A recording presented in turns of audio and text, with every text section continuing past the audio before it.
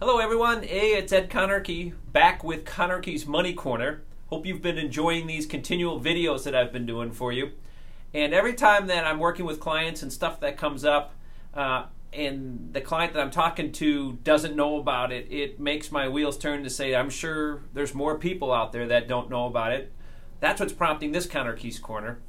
And what I wanted to cover on this one is talking to you about your credit report. And do you know what's hurting your credit scores more than anything? And credit scores are so important today, gang, because that's what you're graded on. No matter if you're going out to open up a credit card or get a mortgage or a car loan or get that store credit card, at Best Buy or wherever you go, your credit score is really everything when it comes down to people making decisions on you. In fact, this is even used when you get your insurance.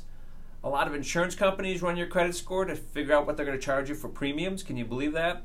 And a lot of employers are pulling your credit score, figuring out if they're going to hire you or promote you. So your credit score is very, very important. And one of the things that's affecting your credit score that you don't even know about, I bet, because it doesn't really make sense when you look at it at first blush, is yes, late payments, but we obviously know that. I mean, if you make your payments late, more than 29 days past their due date, it's going to ding your credit and hurt you really bad. But something that's not bad that you may not even know about is hurting your credit score, and that is the balances on your revolving accounts, your credit cards. Your credit card balances are what's hurting your score, and you don't even know about this. It's pretty fascinating. What it's called, and specifically what we're talking about here, is the balance on your credit card as a ratio into your credit limit. And what it's called is your credit utilization ratio. So take a credit card that you've got today, and let's just say that you can put $10,000 up there. Your credit limit is $10,000. What you need to know is that when your balance in that example exceeds $3,000, 30% of that $10,000, it starts to dwindle your credit score down. It starts eroding your credit score. Very, very important to understand this, because you could be paying that $3,000 off every month and paying it in full and thinking it's not a problem. This still affects you even if you pay your credit card in full every month. Because what happens is that every time your bill goes out, that's the data that's being reported to the credit bureau. Not when you pay it or how you pay it.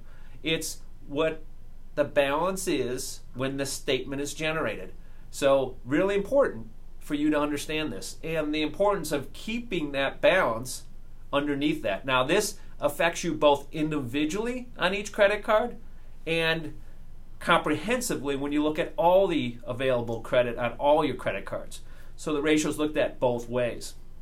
So important for you to understand this. Now the tip of the day here is something that I've talked to clients about before, is that doesn't mean I'm telling you if you've got a, think about this, if you've got a $5,000 credit card, right, and let's just say that you've got a $3,000 balance on that, you've obviously far exceeded that 30%. I'm not telling you to run out and pay down that credit card to $1,500 to get it underneath that 30%. No, actually what's the easier thing to do here, and it still works, is to raise your credit limit to $10,000.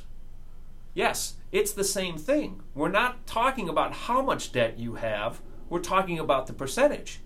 Also, this goes into where someone says, I've got a $10,000 balance, but I've got a $35,000 credit limit on my credit card. You're fine.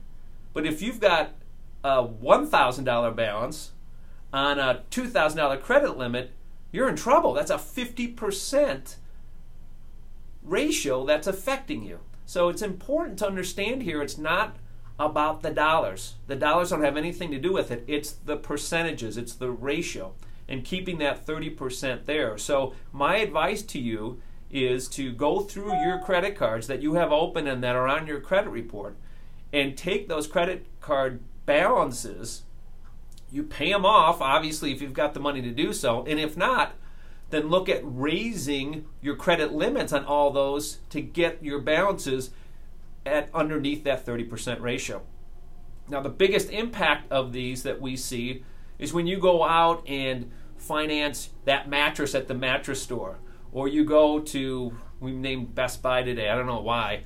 You go to Best Buy and you get their financing, or you go to an appliance store, or you have someone come in and fix your heating and air conditioner, and he lets you know that you can buy his new heating and air conditioner through Wells Fargo Finance, which is really popular.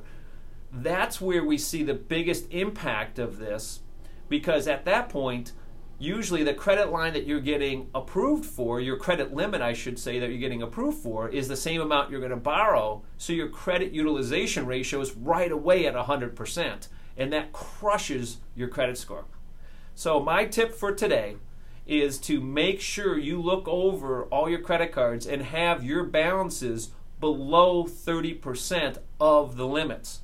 And if that means you calling those credit card companies and raising the limits to get that 30% balance underneath that, it will benefit you and raise your credit score. Hope you enjoyed this version of Conarchy's Corner. Talk to you next time on Conarchy's Money Corner.